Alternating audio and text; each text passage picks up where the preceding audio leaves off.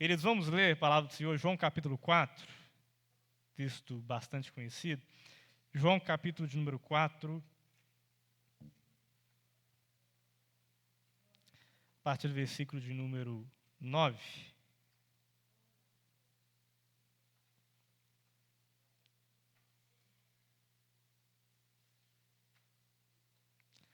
João capítulo 4, a partir do versículo de número 9, vai nos dizer assim: Então disse-lhe a mulher samaritana: Como é que tu, sendo um judeu, pedes de beber a mim, que sou uma mulher de Samaria? Porque os judeus não se relacionam com os samaritanos. Jesus respondeu e disse-lhe: Se tu conheceras o dom de Deus e quem é o que te diz, dá-me de beber, tu lhe pedirias e ele te daria água viva. Disse-lhe a mulher: Senhor, tu não tens como tirar a água deste, não tem como tirar, e o poço é fundo. Onde, pois, tens a água viva? És tu maior do que Jacó, o nosso pai, que nos deu o poço, do qual ele mesmo bebeu, e seus filhos e o seu gado? E Jesus respondeu e disse-lhe: Qualquer que beber dessa água terá sede novamente, mas aquele que beber da água que eu lhe der nunca mais terá sede. Mas a água que eu lhe der se fará nele uma fonte de água viva, a jorrar para a vida eterna. Capítulo de número 7, e o versículo de número 37 nos diz assim: No último dia, o grande dia da festa, Jesus pôs-se em pé e clamou, dizendo: Se algum homem tem sede, deixai-o vir a mim e beba. Quem crê em mim, como diz as Escrituras, do seu interior fluirão rios de águas vivas. Amém? Glória a Deus. Os irmãos podem se assentar. Queridos, o texto já é conhecido por todos nós, mas, ao mesmo tempo, uma palavra poderosa que fala ao nosso coração, uma experiência de uma mulher de Samaria.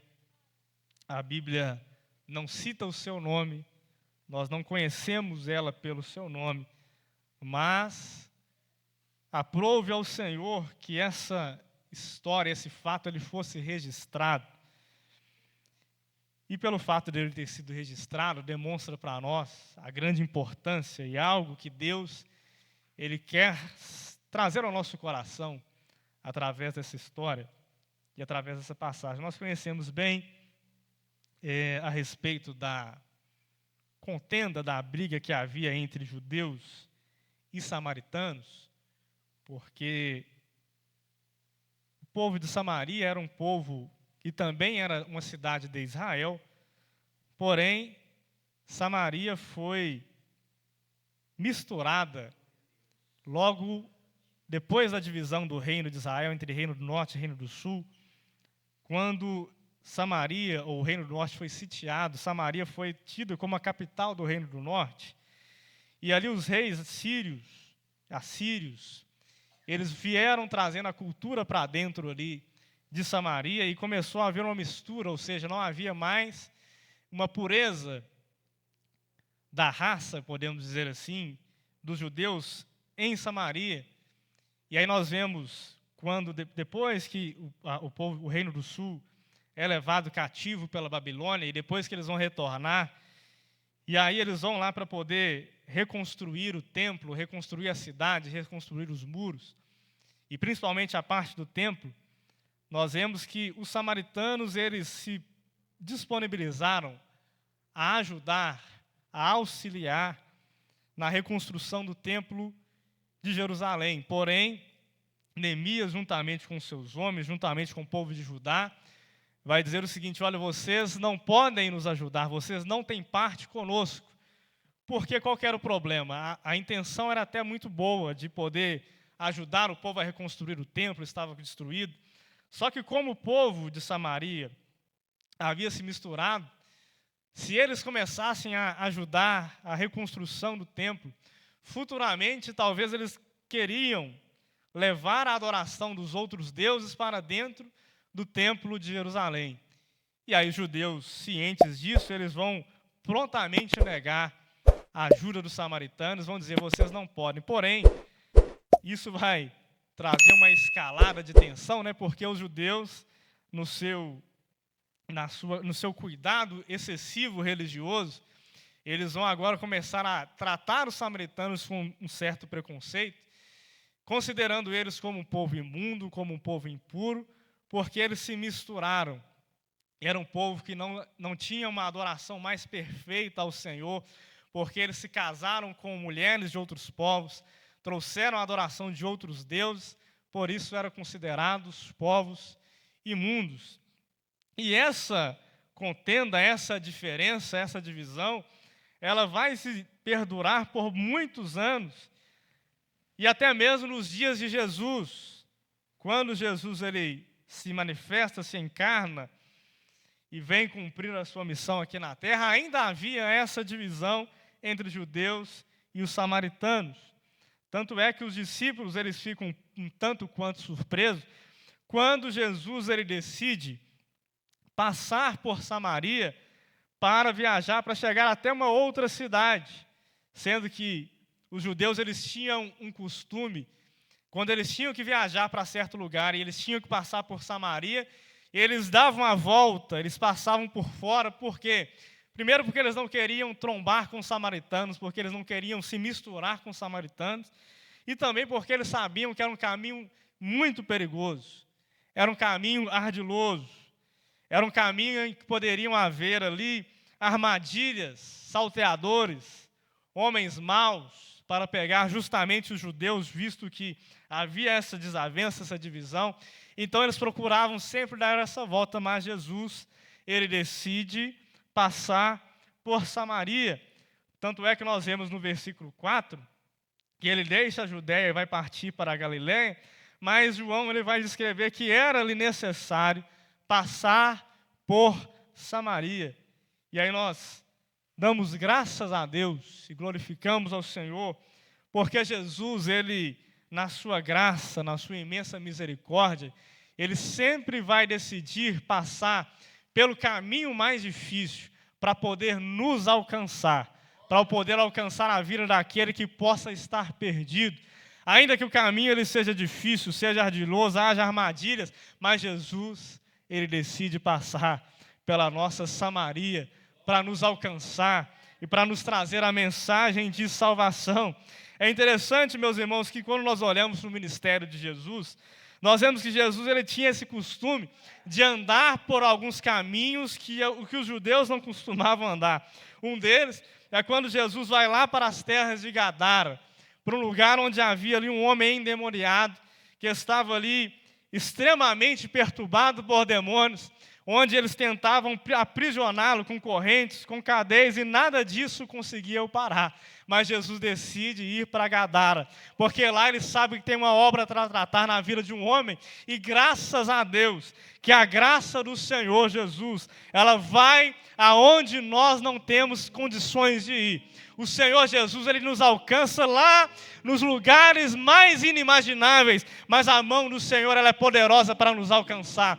Hoje nós estamos aqui pela graça de Deus, pela sua misericórdia, mas um dia o Senhor nos alcançou. Nós éramos inimigos do Senhor, nós éramos condenados, inimigos de Deus, mas a graça de Deus nos alcançou, porque o nosso Jesus passou por Samaria e ele trouxe a nós a mensagem de salvação.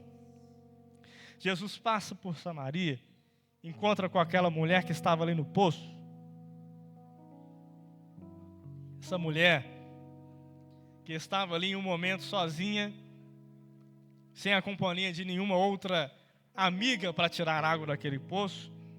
Jesus ele vai abrir um diálogo com ela, porque Jesus ele queria trazer para aquela mulher, conhecendo-a, ainda que ele nunca a tinha visto, mas o Senhor já sabia a respeito da vida daquela mulher, porque Jesus ele tinha esse ofício também, não apenas de sacerdote, mas de profeta e juiz, então ele conhecia aquela mulher.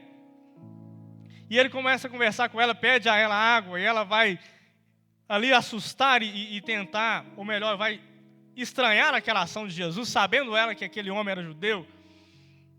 E Jesus vai dizer para ela: mulher, se você conhecesse o dom de Deus e quem é que te oferece água, você me pediria e eu te daria a água viva. E aí quando Jesus ele vai quando Jesus ele começa agora a trazer essa, vamos dizer, metáfora, dizendo que ele tinha a água da vida. O que Jesus ele queria dizer com isso? Sendo que aquela mulher estava ali para poder saciar a sua sede. Jesus ele vai tratar com aquela mulher de uma sede maior do que a sede física do que ela tinha, que era uma sede espiritual. Essa mulher, ela já tinha procurado por diversos caminhos, por diversas experiências, encontrar uma felicidade, encontrar uma vida abundante. Porém, de todas as tentativas que ela procurou, e nada disso a satisfez. E agora Jesus está trazendo para ela a oportunidade de conhecer algo diferente. Algo que ainda ela não tinha o conhecimento, que era uma sede que não fluía da sua carne, mas uma sede que vinha da sua alma. E aí Jesus vai dizer para ela, mulher, qualquer um que beber essa água vai voltar a ter sede, mas aquele que beber da água que eu lhe der, nunca mais terá sede.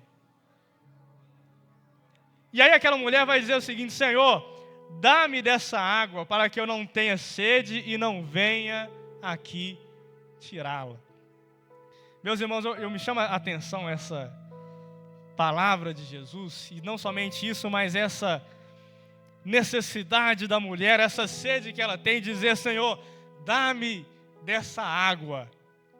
É interessante quando nós olhamos lá para o Salmo de número 63, onde o salmista vai dizer o seguinte, Senhor, a minha alma tem sede de Ti, como aquele que anda por uma terra seca.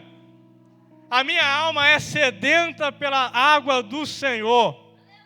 A minha alma é sedenta pela presença do Senhor.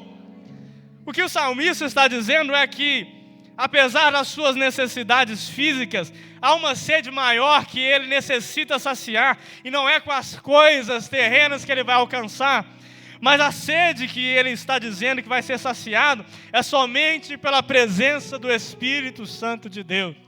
E agora Jesus vai se encontrar com essa mulher e vai dizer, mulher, eu tenho uma água diferente para a tua vida, que ela não vai satisfazer com as coisas aqui terrenas, mas algo novo eu tenho para te dar.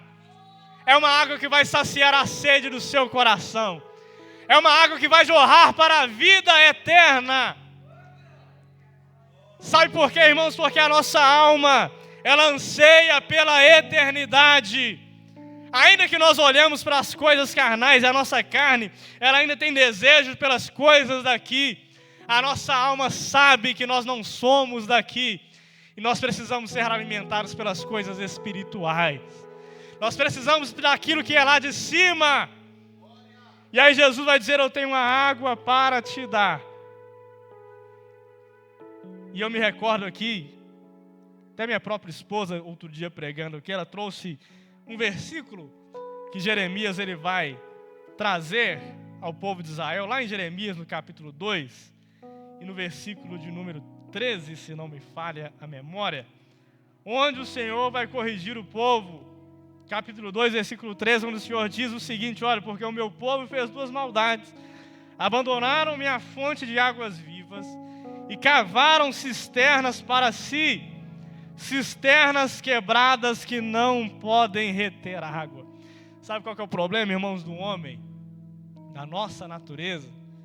É que nós procuramos aqui e ali saciar a sede da nossa alma, e aí nós começamos a cavar cisternas, procurando prazer, nos prazeres terrenos, nas coisas aqui deste mundo, alcançar prazeres que talvez possam saciar a sede da nossa alma.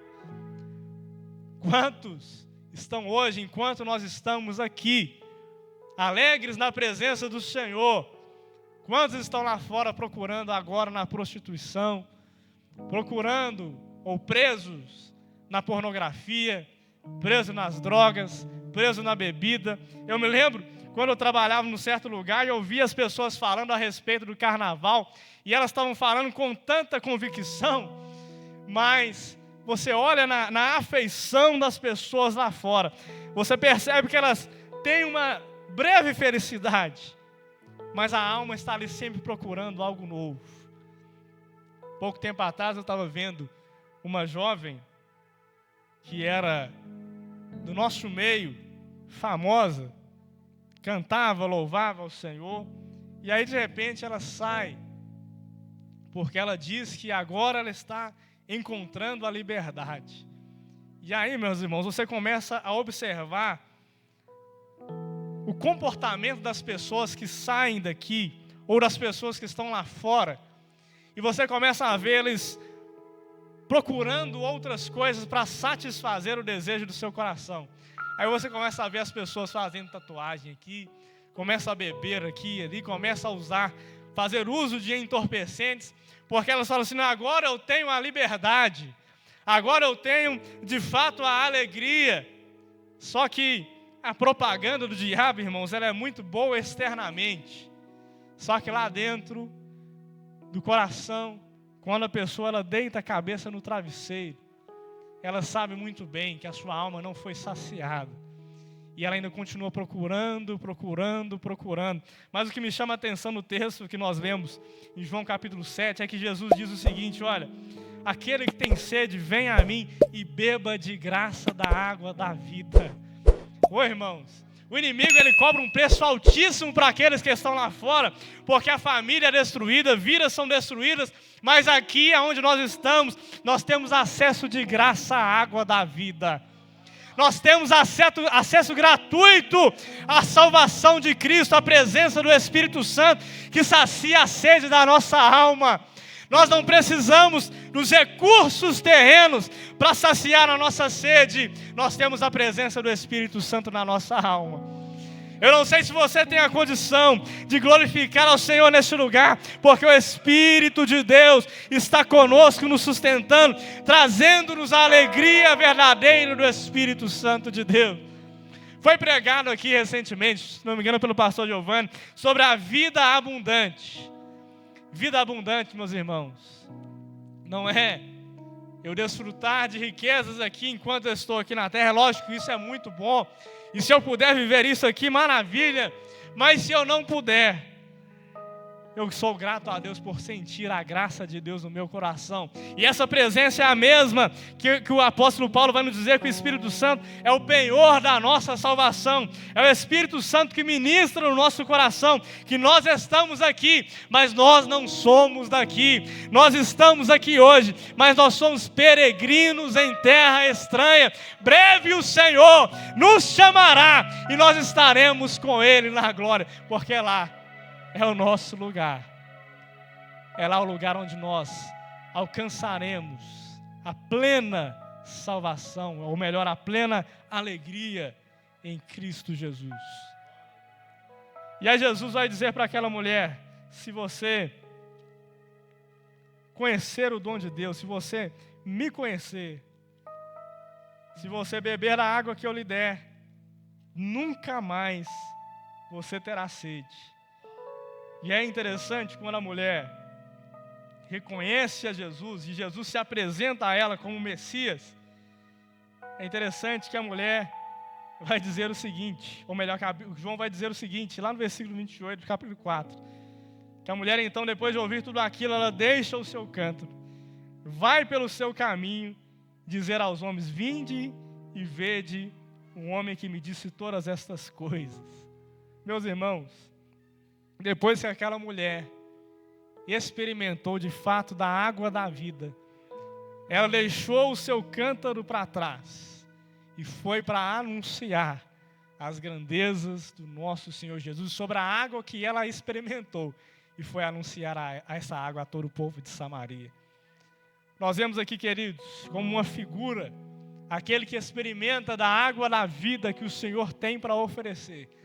Ele deixa para trás todo o recipiente que ele usava para saciar a sede carnal, porque agora ele já não precisa mais disso. No dia que nós conhecemos a Jesus e nós experimentamos da água que ele nos deu, nós deixamos para trás tudo aquilo que nós acreditávamos que saciaria a nossa sede. É por isso que aquele que conhece a Jesus, a sua vida ela é transformada, porque o seu prazer não está mais nas coisas terrenas.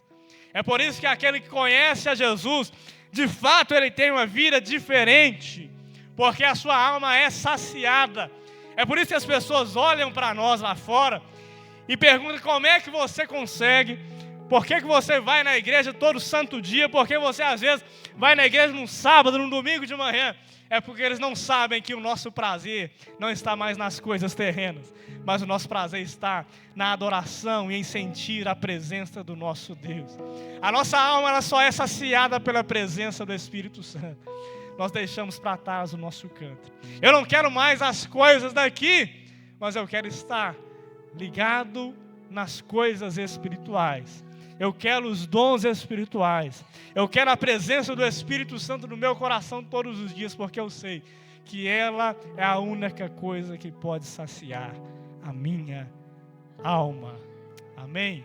Que Deus em Cristo continue nos abençoando, que nós possamos sair daqui alimentados pela presença do Senhor, renovados pela sua graça. Que a misericórdia e a bondade do Senhor continue conosco em nome de Jesus. Amém? Vamos orar, agradecendo ao Senhor. E se permitindo o Senhor, se o Senhor não vier domingo, estaremos aqui novamente adorando ao Senhor. Amém?